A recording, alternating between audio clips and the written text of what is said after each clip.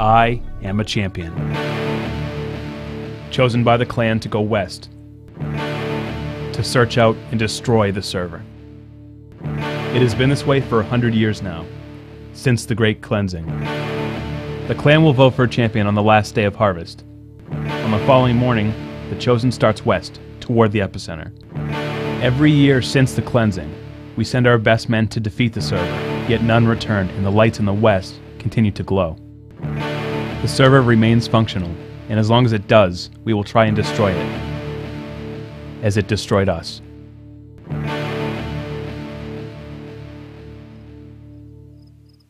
It is a great honor to be chosen Harvest Champion, Olin. Your father was a champion many years ago, as was his brother. Both my sons went west, and now my grandson. It is truly an honor for our family. I know the clan has given you the supplies you will need, but I want to give you this. It does me no good anymore, but you may find a use for it. Thank you, Grandfather. I hope I don't have to use it, but no one has ever come back, and they too have had guns. Many men have traveled west. My grandfather gave me the shotgun that his father had given him. It was a final gesture of love and protection, and hope. I headed west the next morning, following the path of past champions worn deep into the ground, forcing my steps away from everything I knew, away from everything I had known to be safe. The long walk towards everything I was taught to avoid, the wastes, cities, and the machines that roamed them.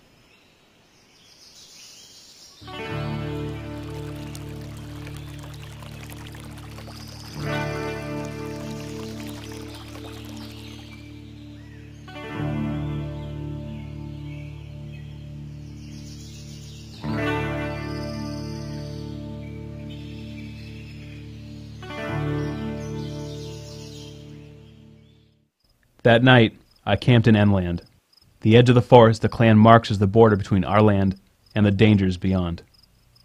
Giants of a past civilization marked the border, giants whose cables stretched from Enland to the wastes and beyond. I had never stepped beyond this border.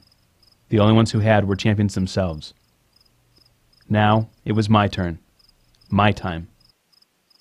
I chose not to document my first night. I'm sure future champions would understand.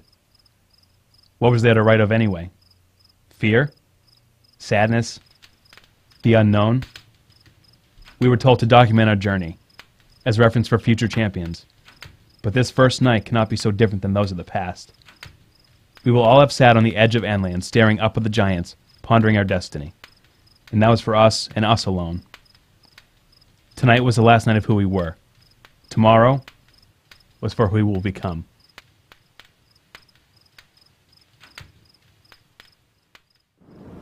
At the end of the path of the giants west, I came to the edge of the wastes. The air was thick with death, thick with the stench and particles of chemical weapons used by the server in the cleansing. This was the edge of the server's land, the outermost border of its territory, chemically treated in order to ward off life, and to dissuade man by killing him slowly, if he was to spend time trying to cross it. I had yet to find any journals, so I had no idea how large the wastes really were, or if anyone had ever survived them. I wrote a quick note regarding this, along with a timeline of how long I had been traveling until this point. I placed it in a container and left it for the next champion to come along. I pulled my mask out of my pack, put it on, and stepped forth into the stench.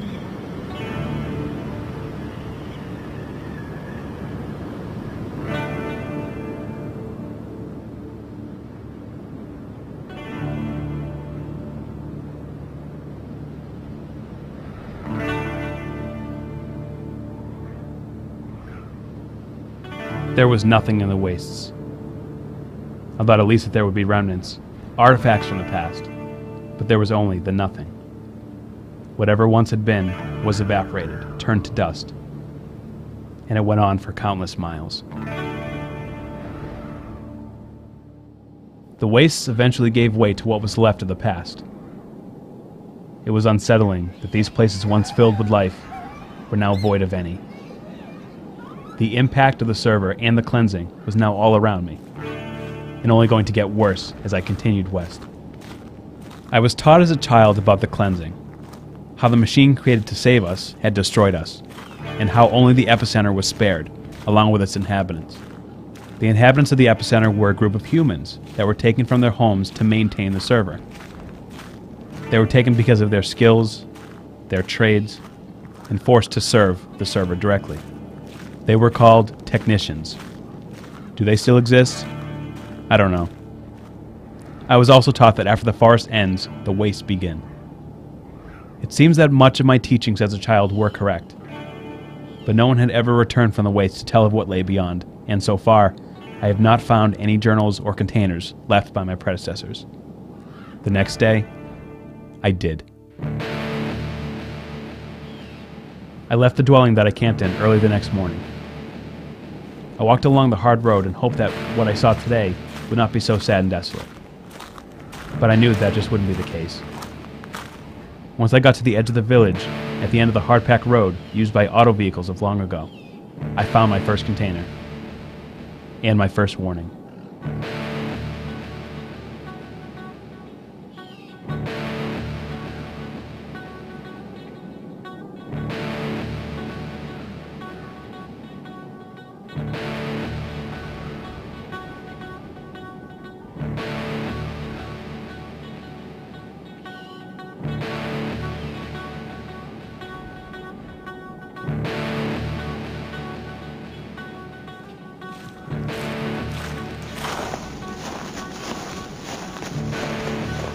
At least I finally had some sort of sign that a champion had made it, and had been preparing for someone's arrival. Although, there was no indication of how long these notes had been placed along the path west. It could be from last year, or even decades ago. There was no way to tell.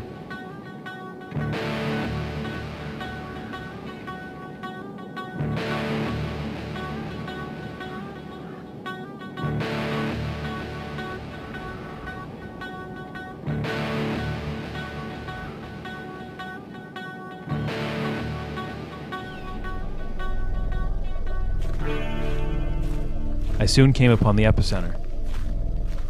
It was as desolate as the villages on its outskirts, with no sign of life, no signs of the technicians.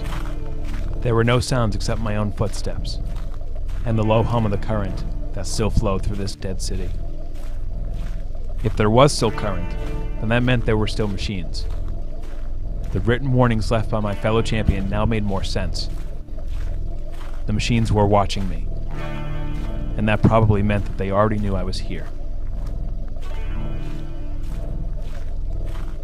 I heard the rumbling and the machine. I turned to look at the monster and stood in awe. I stood frozen, unable to move, not by fear but by the immense unknown of the thing. I tried to focus on the machine, hoping for some sort of understanding for what it was, but I couldn't. I tried to turn and run, but my body wouldn't move. Then, I was pulled away.